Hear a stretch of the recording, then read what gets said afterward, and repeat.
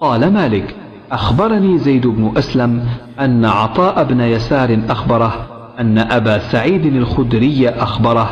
أنه سمع رسول الله صلى الله عليه وسلم يقول: إذا أسلم العبد فحسن إسلامه يكفر الله عنه كل سيئة كان زلفها،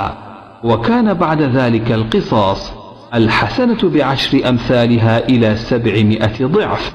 والسيئة بمثلها إلا أن يتجاوز الله عنها। बाब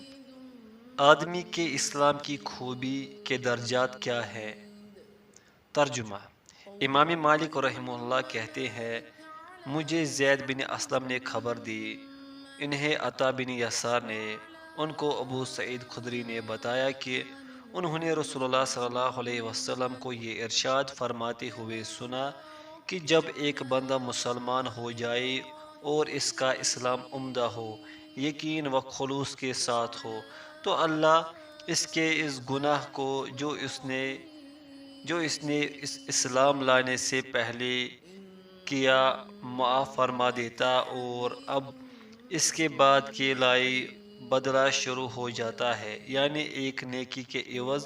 10 गुना से लेकर 700 गुना तक सवाब, और एक बुराई का इसी बुराई के मुताबिक बदला दिया जाता है, मगर ये कि अल्लाह ताला इस बुराई से भी दरगुजर करे और इसे भी माफ़ फरमा दे, ये भी इसके लिए आसान है।